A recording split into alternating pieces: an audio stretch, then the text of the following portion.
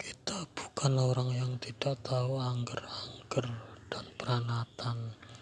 Nah, Mas, kita telah tahu kewajiban serta kedudukan penghulu yang berhak dan berkewajiban melantik sultan.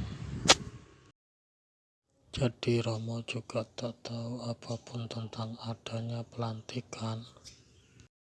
2 bulan lalu saya berpesan kepada hadiri untuk menyampaikan ke Kesultanan bahwa permasalahan pelantikan saya pasrahkan untuk dilanjutkan, biar cepat diselesaikan, diputuskan, dan tidak diundur-undur terlalu lama dari penetapan. Jadi saya memberikan amanat kepada Kalijogo untuk mengundang seluruh ulama dan mengadakan permusyawaratan. Tapi sampai sekarang ternyata tak pernah ada undangan yang datang ke Kudus.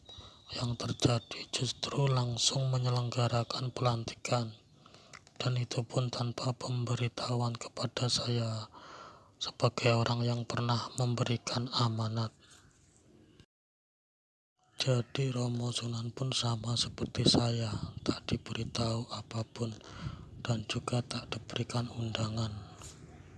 Cobalah Mas Fathaillah renungkan sejenak apa yang akan terjadi pada kuda yang berlari sendiri tanpa ada yang pengendali. Saya sesungguhnya sudah lama mengalah kepada Kalijogo karena selama ini dialah yang lebih dipercaya oleh almarhum Trenggono. Tapi dengan langkah pelantikan ini saya jadi sulit untuk memahami apa maunya. Apa memang lembaga Waliul Amri sudah tidak dihargai lagi, dan saya sendiri sebagai penghulunya apa juga sudah tidak dihormati lagi? Coba renungkan, pelantikan itu telah dilaksanakan tanpa ada pemberitahuan apapun, pemberitahuan kepada orang yang secara sah masih menjabat penghulu Waliul Amri. Coba Mas Fathaillah renungkan. Saya pun sempat berpikiran bahwa Dimas Kalijogo tak lagi membutuhkan saya dalam permasalahan kesultanan. Kalau bukan Dimas Trenggono sendiri yang datang ke Gunung Jati 2 tahun lalu, mungkin saya pun akan menolaknya untuk penyerangan ke Blambangan. Mungkin akan saya pasrahkan saja kepada Mas Kumambang atau Penangsang untuk memimpinnya. Maka penyerangan ke Malaka kali ini mungkin menjadi keterlibatan saya yang terakhir pada Demak. Saya ingin segera memusatkan perhatian pada Cirebon dan Banten saja, karena sepertinya keberadaan saya sudah tidak begitu dibutuhkan lagi di Kesultanan. Saya pun merasakan hal yang sama sebagai imam masjid sekaligus penghulu Waliul Amri. Kedudukan itu seperti sudah tak lagi dihargai. Saya merasa makin tersisih dan terpinggirkan secara pelan-pelan. Demak sepertinya makin ruwet saja dengan permasalahan semacam ini. Lalu apa langkah yang harus saya lakukan ya Romo? Saya merasa permasalahan di Kesultanan telah terlalu rumit dan saya dengan pemerintahan yang ada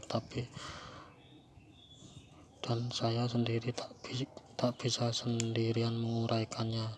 Bukannya saya kecewa dengan pemerintahan yang ada, tapi penunjukan Mukmin sudah menjelaskan segalanya. Orang yang lemah dan telah menolak masih saja dipaksa untuk menduduki kursi panas. Apa itu bukan awal mula Sandiaga Laning Demak Bintoro? Inggih Romo. Lalu menurut Kanjeng Romo apa yang harus saya lakukan?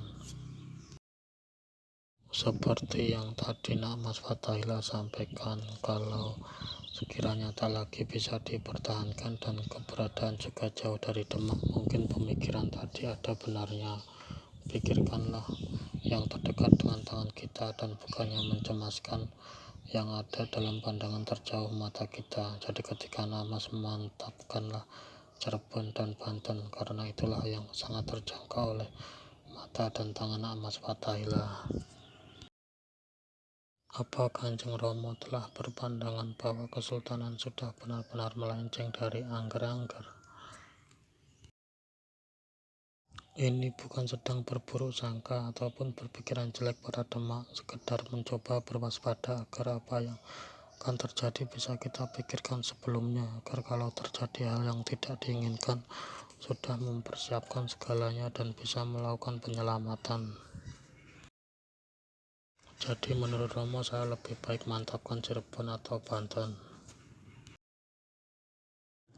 Kalau sekiranya Cirebon ingin dijadikan pesantren besar, ya Banten saja yang dimantapkan seperti yang selama ini saya lakukan. Kudus ini Romo jadikan pusat pesantren, sedangkan Cipang sebagai pusat pemerintahan.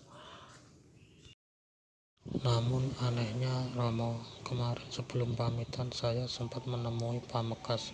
Saya penasaran mengapa tidak diberitahu apapun tentang rencana pelantikan, dan saya juga bertanya soal ketidakhadiran Penangsang dan Romo Sunan. Lalu apa katanya? Menurut dia, sesungguhnya Kesultanan telah mengirimkan undangan kepada seluruh ulama wali lamri, termasuk untuk kita. Undangan ini sudah dikirim Pamekasan ke dalam Mantingan dan juga ke Panti Kudus. Jadi undangan ini telah dikirimkan. Menurut Pamekasan begitu Romo. Demikian juga undangan untuk Penangsang sebagai orang yang pernah diajukan menjadi calon sultan. Undangan itu tidak sampai pada kita.